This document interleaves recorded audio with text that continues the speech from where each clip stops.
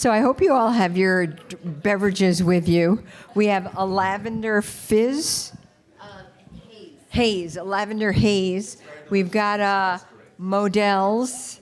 We've got and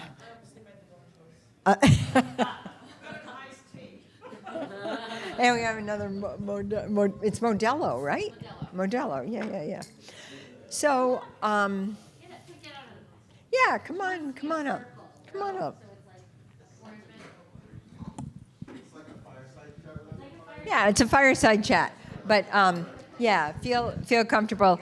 We hope one of these times we'll have our own bar, but yeah, we did. One at the ASEP. ASEP was able to pay for it, so. But what year was that? San Francisco? oh, I can't remember where it was. So, yeah. I can't remember where it was. It was when I was in the Bay. That's where it Yeah. was.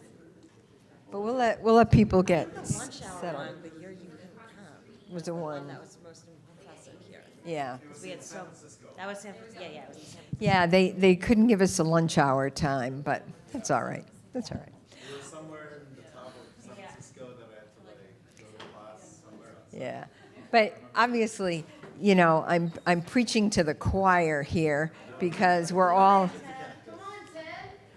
Grab a chair. There's a seat right next to LA. Ted, did you refill your glass? Because I'm impressed.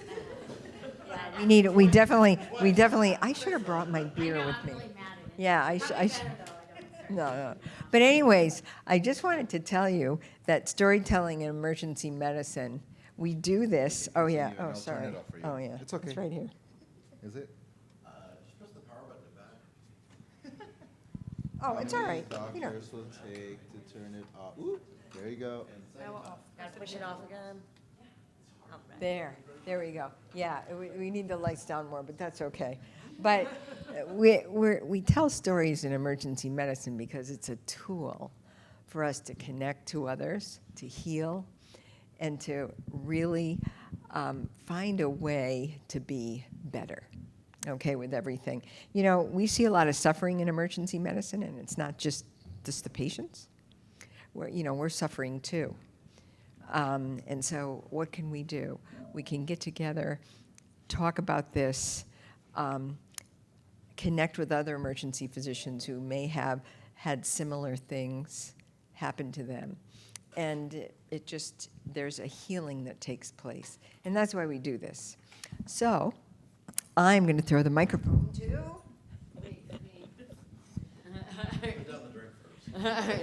Well, she told me I was going to be first, and I was like, thanks, Rita. So I've done this a few times. One of the first ones I spoke about this 18-month-old Samari Campbell who came in as a trauma. I'm Anahita Kalantari. I am at Penn State Health, the vice chair of education there. And I've done this. Oh, that's fine. So I've done this a couple times. One was, I talked about basically a pediatric trauma that came in and she died, and it was later determined that she was murdered, and I kind of really worked through all of that. I talked about, I had a situation with a prior employer where it just was like a terrible work environment for me.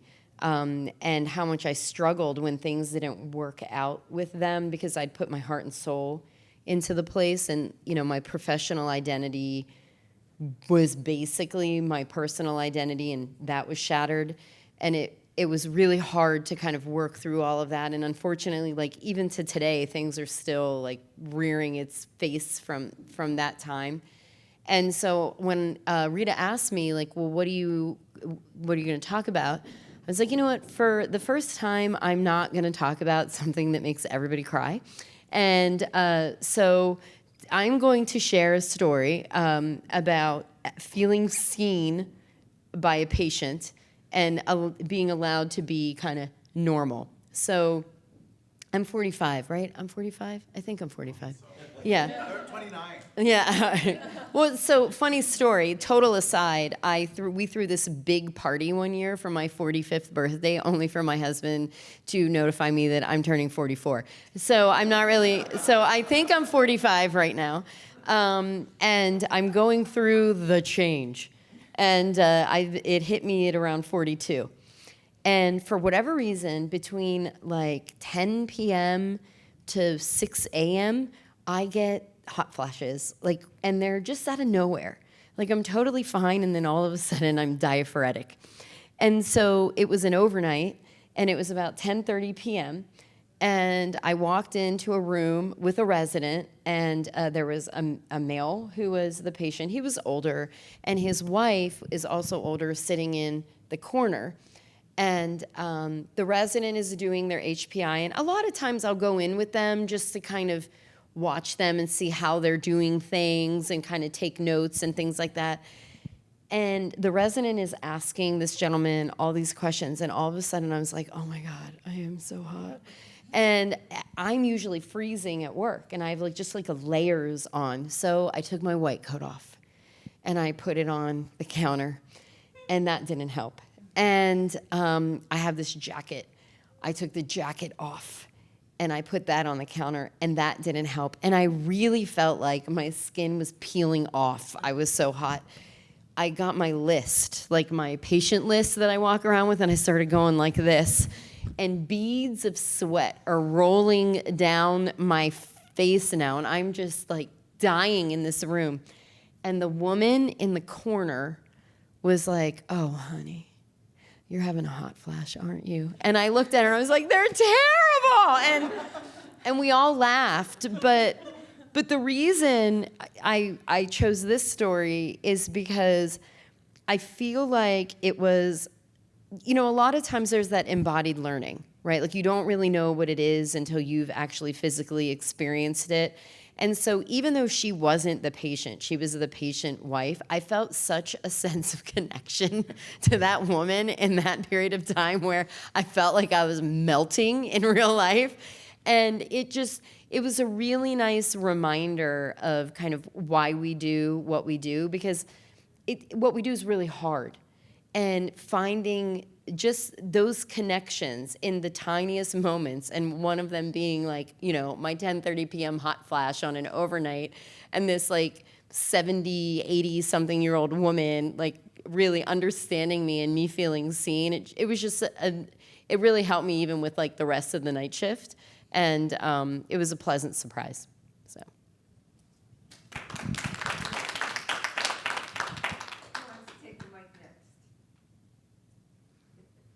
I need to take my jacket off, so I need you to take the mic. Alcohol also does it. Grab a seat. There's extra seats.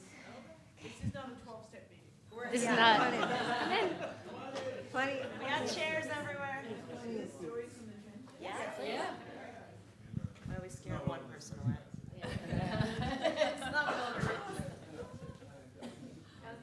My name is Brianne Jacobs. I'm from George Washington. And my story began before I was at GW. I was working out at a community ER about an hour outside of DC. And this was a site where it's a small hospital where it's in the middle of the night. There's just one ER doctor. There's the OBGYN and maybe an anesthesiologist and an internal medicine doctor. So very, very rural, even though it wasn't that far from DC. And I'd been at that hospital for about 2 years, and so one of my charge nurses came up to me and said, so Dr. Jacobs, there's a family member out front and asking for you by name, and he wants to see you. And I said, well, then we don't have security really there. There's not really much out there. And given the context of the world we're in and being a female and just a little bit always just a little leery from being a city girl, I said, well, I don't know if I feel comfortable with that. Can you maybe ask his name and why he wants to see me, and maybe I could call him and because it was busy ER, and I just didn't have the opportunity to go out. And so she said, okay. So she went and told this gentleman that I was not available and to leave his information. And then she came back a few hours later. She's like, oh, he's so-and-so. He's the husband of one of the patients you saw last week when you were here in the ER. And he came back and asked because he wanted to see you. Come on in. Welcome. And so that was one of those moments where you're just like, you just don't know why they're there and why they're asking for you by name, and they won't see anybody else but you. And you're in an environment where you don't feel 100% safe, but you're kind of glad there's somebody behind the screen. And so later, I left that hospital and I actually had moved into academics. This was about 6 months later. And I randomly checked my LinkedIn. And unlike business people who seem to check LinkedIn all the time, I check it maybe once every 6 months. It's not really a relevant site. Apparently, there's a whole world of LinkedIn people that check it regularly. And we are in medicine, not one of them. And I got this message. And it was from that gentleman. And he said, Dr. Jacobs, I've been trying to find you and speak to you. But I wanted you to know that one night at that hospital in Haymarket, I brought my wife in, and she was altered, and you were the doctor there that took care of her. And you stabilized her and you transferred her to Fairfax, which is our tertiary care center. And my wife had a hemorrhagic stroke that night, and she's home now. And I wanted you to know that when we got to the tertiary care hospital, the doctors there were almost like they acted surprised that rural ER doctor had done everything right to get my wife into the helicopter and to the tertiary care center. And so she got treated and had her craniectomy and everything. And she's had such a great outcome. And we were just surprised that they seemed so surprised that you had done a good job and you did what you were supposed to be doing. And I'm grateful to you that you attended so quickly to us and got us transferred out that night. And I've been trying to find you, and I wanted to tell you that information. So thank you. And I'd love to bring my wife in to see you and meet you, because she wasn't there when you saw her that night. And I felt weird. I wrote him back. I said, thank you for writing. That story is wonderful. I didn't really know what kind of sort of personal engagement I should have, because I wasn't working at that hospital anymore, and I didn't really want to meet in a social setting with them. But it was just, it's one of those things that happens so rarely in our business, where we transfer a patient out and hope for the best and hope that we did what we could with the resources we had. And we almost never hear back that maybe we actually did the right thing, or maybe our training actually was adequate.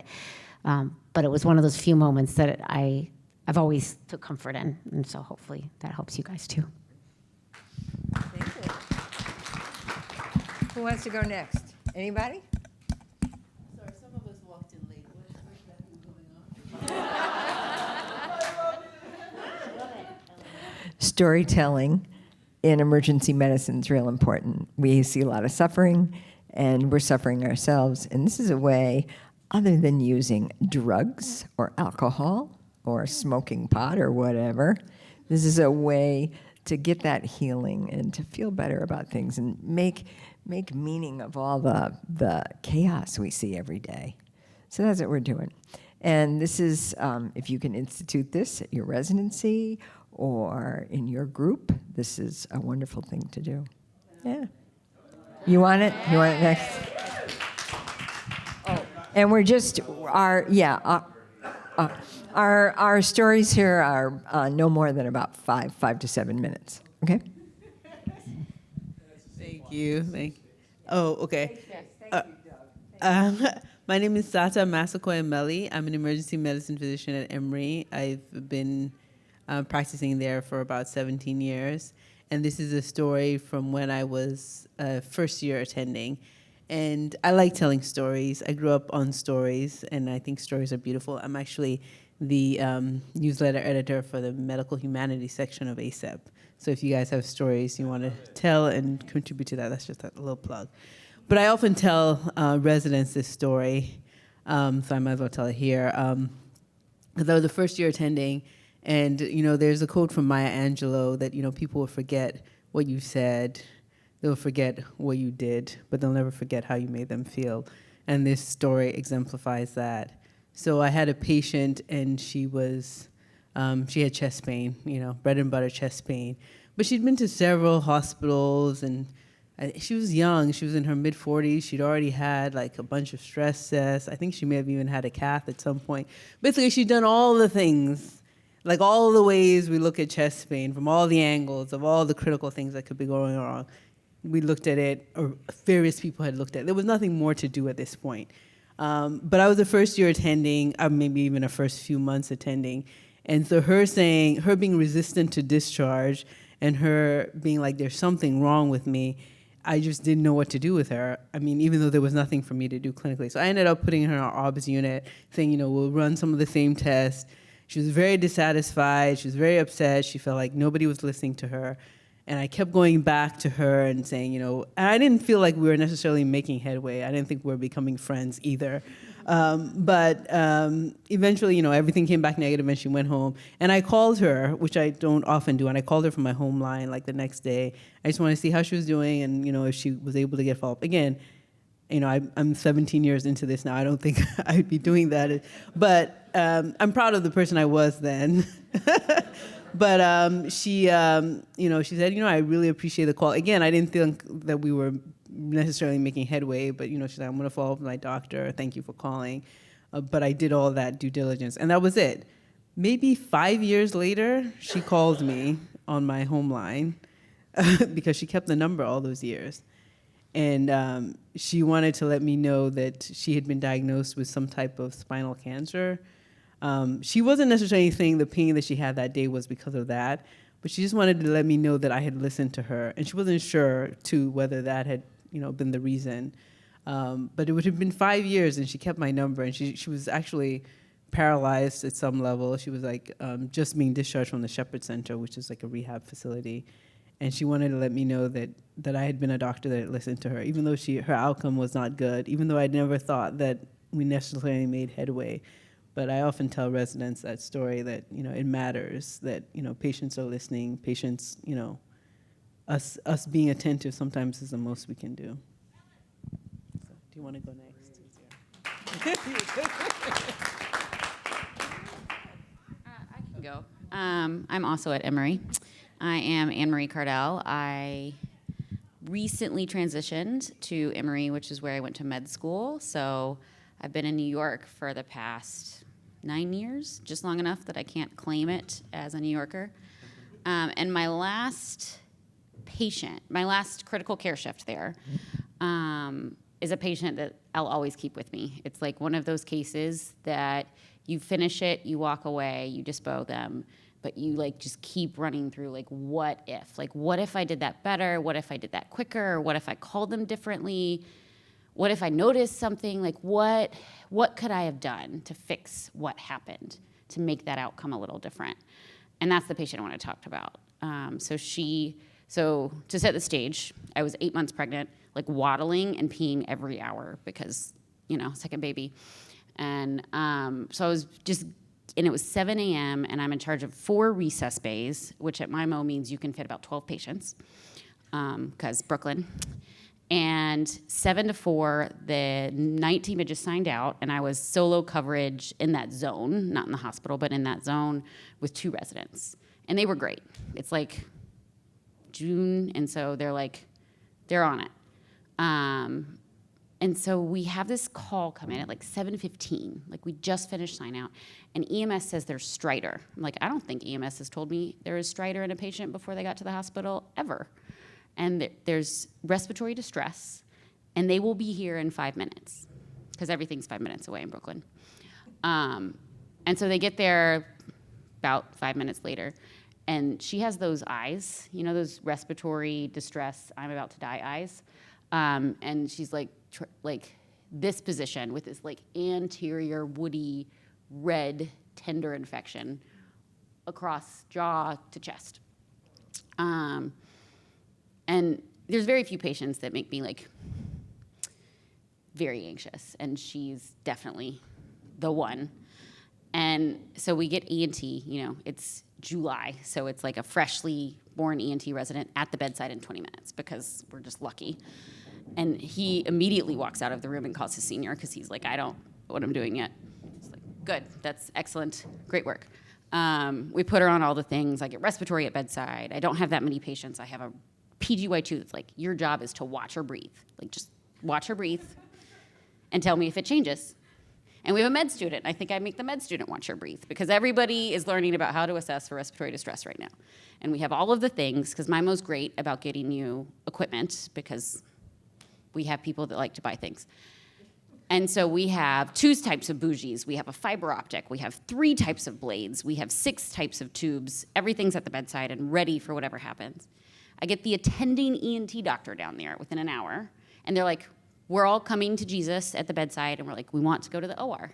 We do not want to do this down here without operational tools. This anterior neck looks like a disaster, and so let's take her to the OR. So we get everything ordered, and she is ready to go. And the ENT resident and I walk back in the room to check her as transport comes down, and she does that thing where she sits up and she takes everything off, and then she falls backwards, and she's not breathing. And the monitor's beeping, but she is in full respiratory arrest. And so I get my PGY2 is bagging, my PGY3 is running the code. I'm trying to make sure we're doing an actual jaw thrust. And we get the ENT attending at the bedside, doing a fiber optic within like 5-10 minutes. And we think we have it in. We have all the right specialists at the bedside. And her sats keep dropping. And the only person that can see the monitor right now is my PGY3, because why would the monitor not be somewhere where you can see it when you're doing airway? And so my PGY3 is at the foot of the bed, and he's like, I don't think the tube's in. I am concerned. I do not think this patient's intubated. She's breathing. We have chest rise. We have breath sounds. I'm concerned again. I really don't think this is working. Her sats are dropping. Her sats are 40. Her sats are 30. And finally, the 2 asshole attendings figure this out. We take out the tube, and I throw in a glide scope as a Hail Mary while they're prepping the anterior neck, and I see something that looks arachnoid-ish, and I got very lucky that somebody bought a purple bougie, and that got in something that felt like cords, and there was a 6-0 tube that we screwed over it, and then we started bagging her as her heart stopped, and her sats went to 0. And so we coded her for about 10 minutes. We got her back. We sent her to the ICU. But I just kept thinking, like, where did we go wrong? Like, what did we do wrong? Like, I had the right specialist at the bedside with the right equipment. I mean, not the right situation, but, we can only do things so fast. And we ran through the case. We talked about my PGY3 used the right words. He used all of those things that you teach him in team training. I was so proud of him. And he recognized it, and he was watching the right things. And then we left, and she went to the ICU, and none of us knew what happened because my job changed. That was my 3rd to last shift. She was still intubated when I left. They still didn't know where the infection had started. And so I find out like a month later after I'd started my new job. I was still mulling over this case, and I think I'd talked to like half of my residency class about it, and I was like, where did I go wrong? What could I have done differently? And my best friend calls me, and she's like, oh, by the way, the residents have been talking about you and that airway. She walked out of the hospital. And I was like, well, I didn't expect that. And that's when it finally clicked. It's like, that's why we tell stories. I got lucky. Like, I'm not that skilled. I teach a lot of airway. But I got really lucky with this patient. And we got really lucky. And I think we got really lucky because a lot of people did good things. And yes, we missed something, and we could have done something better. But we did just enough right that she walked out of the hospital. And so I just hold on to the fact that if we keep training, we'll get lucky enough that we can still mess up, and sometimes it's still okay. And so I keep telling stories, because that's how I learn.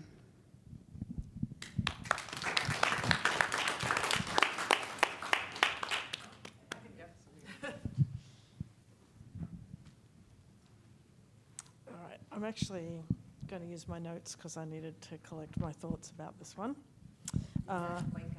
Sorry? I think it's on. All right, so I'm taking a slightly different tack. I'm Katrin Tyler. I'm at UC Davis in Sacramento, California. I've been an emergency physician for 2 emergency medicine training programs in Australia and here, and I've been at Davis for 20 years, thereabouts. But this is actually about my family. So this is a letter that I am writing to my 19-year-old niece who lives in the United Kingdom. And it's mostly about my sister, her mother, who's still in Australia. And thanks to Ellie for reminding me that May is Mental Health Awareness Month. And so I'm telling this story to identify, some of the extended family effects that happen when people have untreated mental illness. So, I'm sorry that Nana died when she did. I know she was a powerful influence in your life, and I bet she would have continued to be so. I'm sorry that Granddad was not able to stand up for you like he should have, and I wish he'd made some different choices about many things, but especially about taking care of you and keeping you out of foster care. I'm so glad that your dad fought so hard to rescue you, and I'm glad that you and he seem to have a close relationship, even though that meant that you moved to the UK from Australia. It can be so hard to tell from so far away, but I know he's so proud of the young woman you've grown into, and he's especially proud of your decision to be a young mother, and obviously he absolutely adores Luca. As you know, my relationship with my sister, your mother, has been problematic for a really long time, and there's a lot of reasons for this, and some of them are definitively mine, emotionally and logistically. I've not put in the work to understand her decisions as an adult, and I live too far away for an easy connection or even just touching base. But as a mother myself, I cannot understand how she's not fought harder to see you. She's not seen you for 7 years, which is more than a third of your life. I don't think she's seen your baby sister since she was a toddler. And obviously, I am super bad at hiding my feelings about this. Truthfully, I also resent the amount of money and emotional resources she's been handed by Granddad, especially since Nana died, and I'm pretty sure that Nana would not have put up with this. But Granddad has a lot of difficulties addressing any complex emotions, hello, untreated depression, and he cannot enforce his boundaries either. Your mother lives in the family house that I grew up in, and Granddad pays for all of it, everything, all the utility bills, which would be weird enough, but even more weird because he can't live there. Granddad can't live in his own home because my sister, your mother's there, and he's been living with friends for 6 years. And the reasons for this are complicated. Firstly, your mother has serial unstable relationships, and I've no doubt that initially these relationships are exciting and thrilling, and unfortunately these relationships quickly progress to being volatile, dysfunctional, and likely violent on occasion, or more than one occasion. Her platonic friendships don't last because people just move away from the drama. Granddad can't possibly live with her, even though it's his home, and I totally understand that she's a victim as well. And it's also true that she spent none of her time doing the inner work required to see these repeating patterns and never recognizes her own contributions to the chaos. She's always the only victim. Recently, she blamed me for some fractured family relationships, and it will probably surprise you to know that I've tried to advocate for her amongst our extended family, but her actions speak louder than my words. I've no doubt that she loves you and your sister with her whole being, but for complicated reasons, she cannot look after herself or anyone else. She remains financially dependent on the support from the state, from my dad's pension, and whatever additional money he gives her. She's made no meaningful attempt to see you, even though I told her that I would give her the money for the trip once she renewed her passport. But that was 12 months ago, and now no passport, and so no airfare. About 5 or 6 years ago, shortly after she got out of prison, I became aware that she'd had a type of thinking that is literally the definition of psychosis. She believes the reason she was convicted was a persistent delusion about interstate crime syndicates exchanging and burying drugs under the house, which would be funny, and it's not true. A delusion is a false, fixed belief that is not amenable to change in light of conflicting evidence. There is no international crime syndicate targeting your mother. They're not digging up the house you spent many years in, and they did not send the most recent boyfriend as a spy to track her movements. Currently, Granddad does not have a key to his own home. After the last boyfriend left, the locks were changed, which was really a very excellent idea, but Granddad was never given one of the new keys. And things came to a head between your mum and me when she told me the reason that Granddad cannot have a key to his own home is because the crime syndicate has been digging in the house. And I said, I'm worried about her, you have a psychosis and you need help. And she said, I was a fucking bitch. And that was the point at which I asked her to get out of the car. And you asked me, who am I to make these accusations? And I just want to tell you that a psychosis is not an accusation. It's a psychiatric condition that is often amenable to therapy, but only if you get the therapy. It's been at least 5 years since it became apparent that she had psychotic thoughts and fixed delusions. What has caused her psychosis and the precise diagnosis would require a more comprehensive evaluation than she will ever share with me. I would guess her psychosis was precipitated by her long-standing methamphetamine use and probably her underlying and untreated bipolar disease. I'm so sad about my sister and my failure to connect with her, and I'm so sad that she's not there for you as a mother during the times when you need her the most. And I'm sad for her that she's lived so little.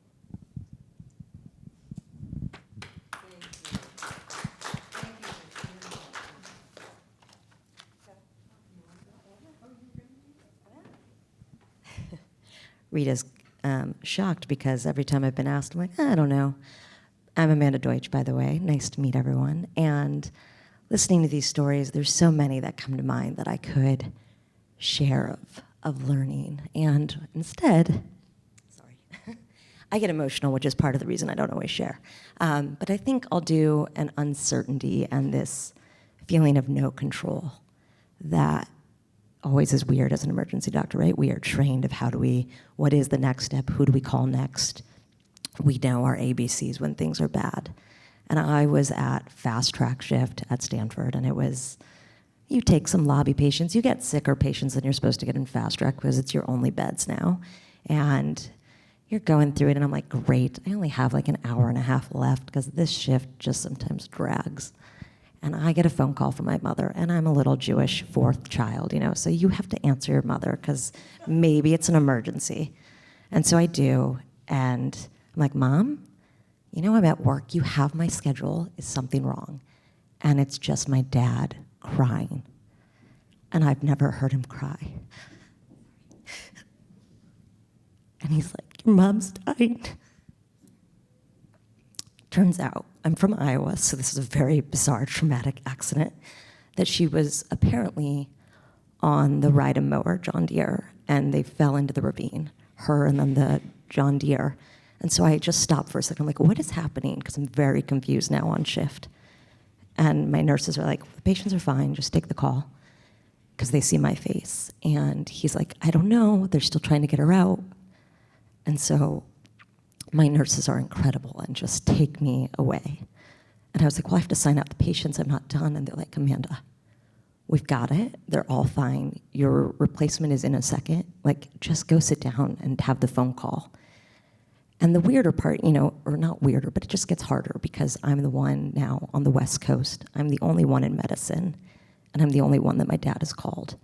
And all I know as an emergency doctor is now that I'm hearing they're still trying to extricate, prolonged extrication, multiple fire trucks are there. And I'm thinking, well, this isn't good. I have to let my siblings know.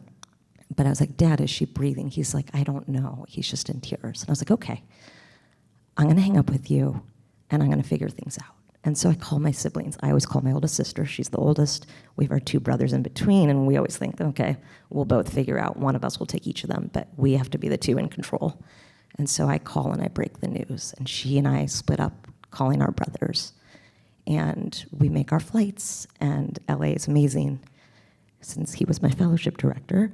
And immediately responds and is also like, don't worry about whatever meetings, whatever shifts, we'll figure this out. Because I also, have never been in this situation. What do we do when we can't be at work, when I have all these shifts? Like, of course, I know how to call Jeopardy, but what if this is prolonged? What if I have to do a funeral? So I'm now pacing around the ED and finally have my replacement there who's like, don't worry about sign out. I can read your notes, like, just go. And if there's anything you're really worried about, fine, but just get out of here.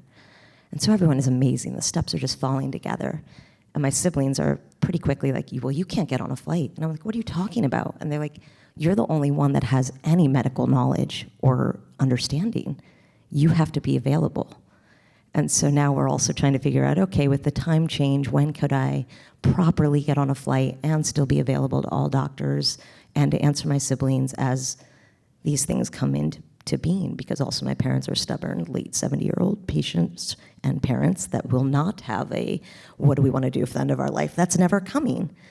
And so I'm like, oh, everything that you've never wanted is happening in this moment. And I finally left the ED, drove home, and in the Bay Area, I'm just pacing, eating candy that I found, because I'm like, okay, I'll stress eat right now while I try to figure this out.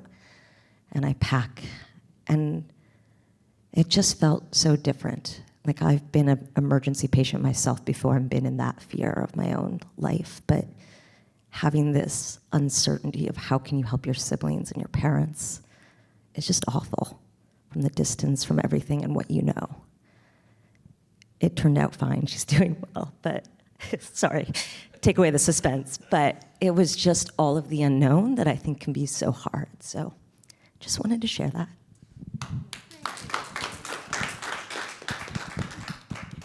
Anyone else?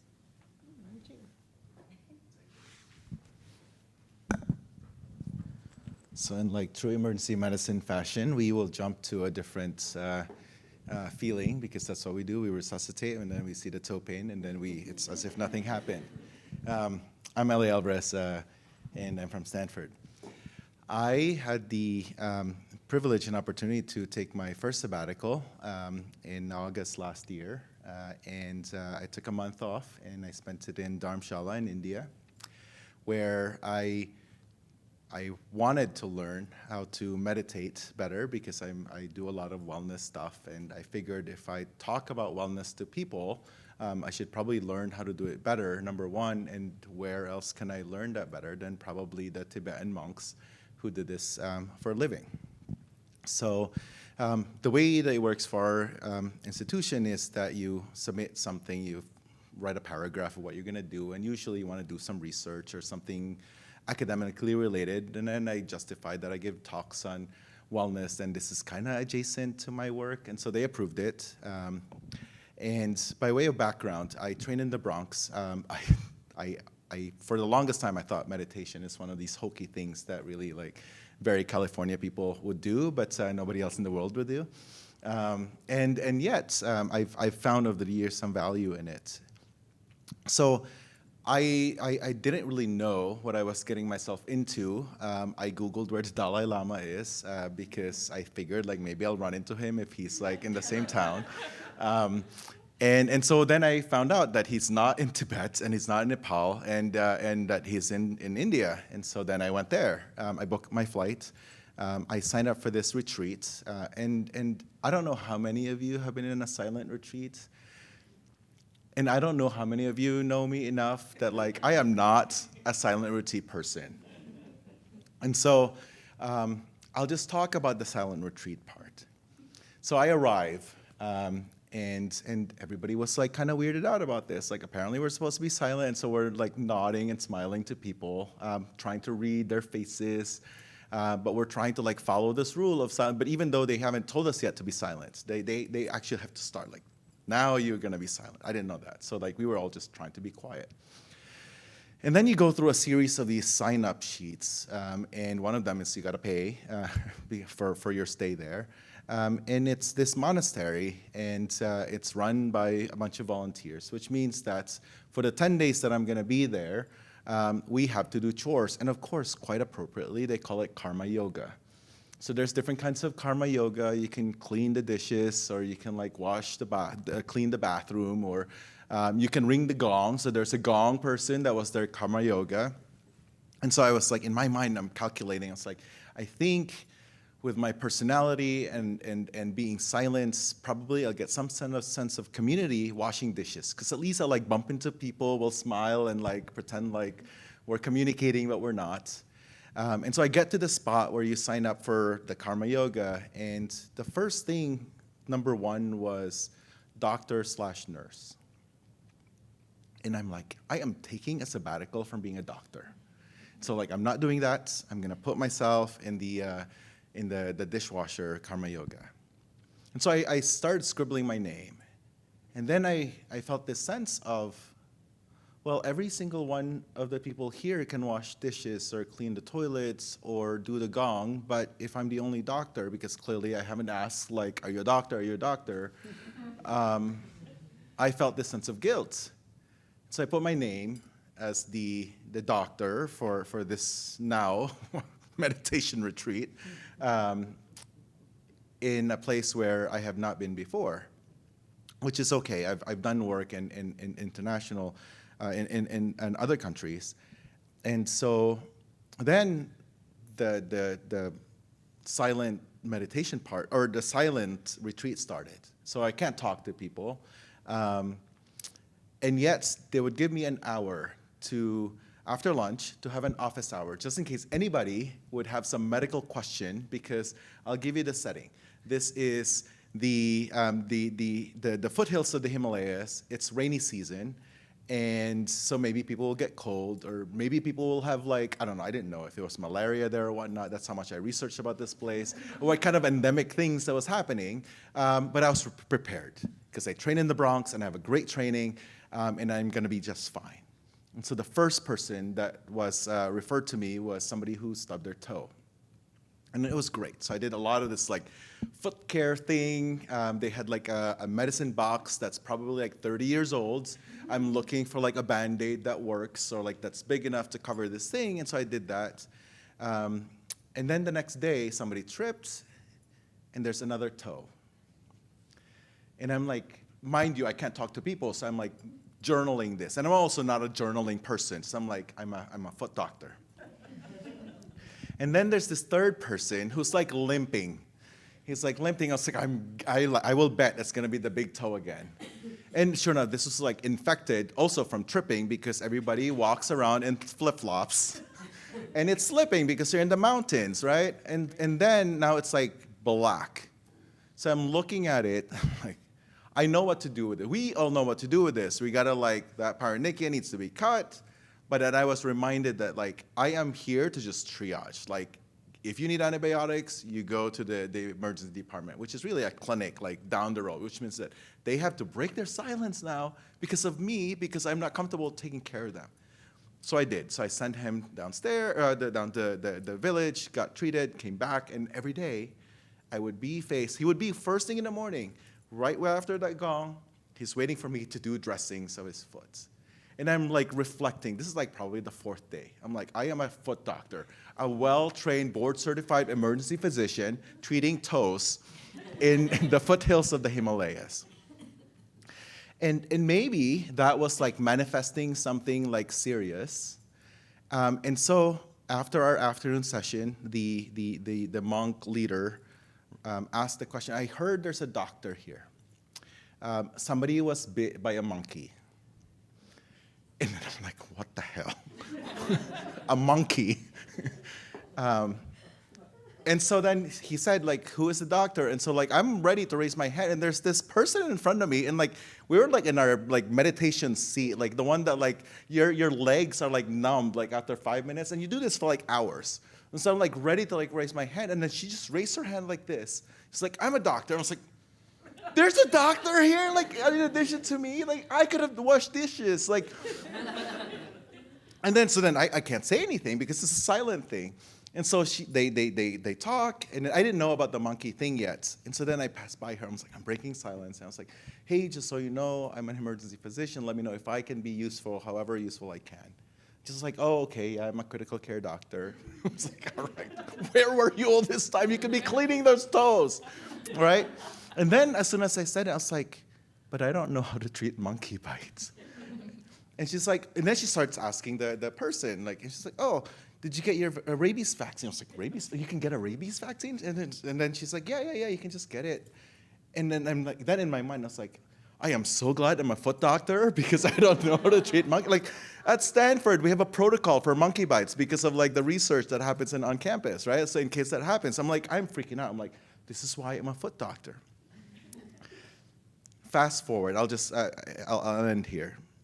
When the retreat ended, we were able to sit down and have a nice break. And I asked her, I was like, hey, so because in my mind for like 7 days, I've been like thinking about how incompetent of a doctor I am, board certified emergency physician, and I didn't know how to treat monkey bite. I'm like, is your training in the UK or in Europe, like, did it include monkey bites? Because I don't remember this in any of the modules that I've taken.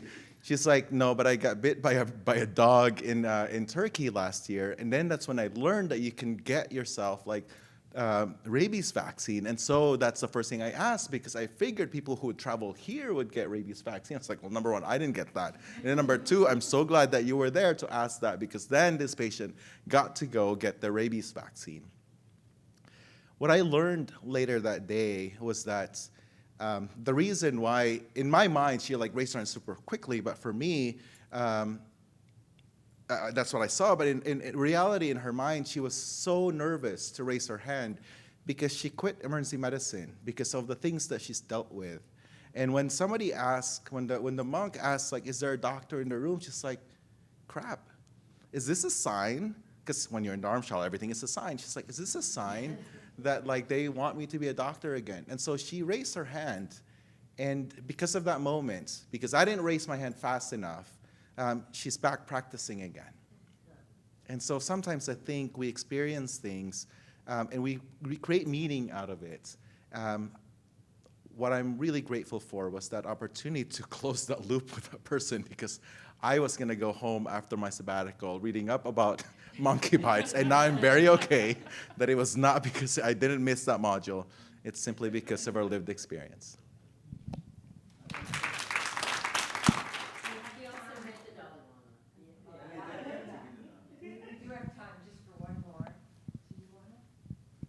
Sure, it's not going to be anywhere near as entertaining. You don't want to be a podiatrist?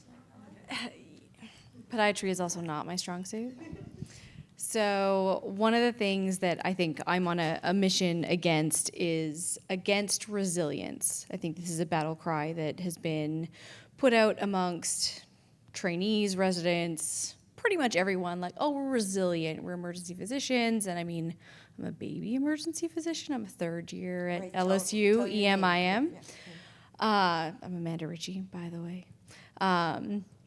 So resilience is this like battle flag that I feel like is touted, and we have to arm against and wave it high and whatnot. And I think it's really, honestly, very sad that we're expected to continuously be resilient, and it doesn't really matter what we're feeling, what we're going through, what situation we've dealt with at work, whether we're going through something at school or at home life, whatever it may be. So I've had several people in my life, unfortunately, die by suicide. So one of them was learning sociology. He was a general manager at a grocery store, and he was displaying a lot of signs that, he was considering suicide. He was showing a lot of concerning, I want to give this away, I don't care about that, et cetera, et cetera. Fast forward, I feel like I should have known better. I'm really not surprised that, he is currently, missing and presumed dead by suicide. And then I had another friend who was really very funny. He was trying to get into veterinary school. He was working in a construction job, and he was pretty much the friend that you would go to if you wanted to have a good time. He was from Newfoundland, so they know how to have a good time. I'd just like to point that out. If anyone needs a place that they want to go to travel, you will be welcome at anyone's house. You pretty much have to knock at the door. They will turn a party into anything. And unfortunately, he didn't show anything. He was still the life of the party. He was still like the jovial friend. He was still the person you'd go to for a party. He went missing for 5 days, and he was found in his car on the beach, and he died by suicide. So there's resilience. There's the ability to keep going. And then there's the reality that we all have our own personal struggles, right? Like we all have our own little things that we're dealing with. We all have our own little missions. We all have our own little passions. We all have our own things that, you know, kind of give us kind of like a sucker punch into the gut or into the kidneys, and then we go to work, and then we just keep going. Because in reality, we're all very good at going to work. We're all very good at walking into shift, putting on the face, and being like, I'm your doctor, what can I do for you? And I think it really hit this year when I had multiple deaths in my family, you know, one of my friends, and then I train in New Orleans. So really, the violence in New Orleans is something to be contended with. You know, having a 4-year-old or a 15-year-old come in with a fatal injury is not uncommon, although I wish it was. And I was talking to a friend of mine who is also training there, who's in internal medicine, and I'm like, hey, yeah, this is what I'm going with, and I just brush it off. Like, oh yeah, like, you know, I'm resilient, I can deal with this or whatever. And he's like, why are you brushing it under the rug? Why are you refusing to acknowledge what happened? And I was like, oh, that's a good question. And I mean, I've been involved in the wellness committee and everything else for several years, so you would think that I would be like, oh yeah, this question is valid. I was like, oh no, I have to go to work tomorrow. I don't have time for this. And one thing that he reminded me of is that you make time to deal with whatever you're going through, whatever situation it is, or your body or your mental health will make time for you, whether you want it or not.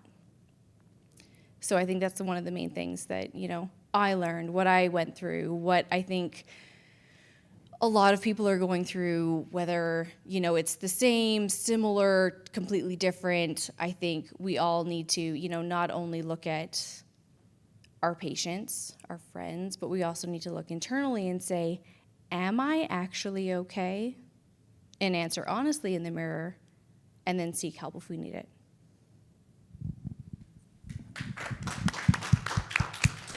Thank you, everyone, for coming.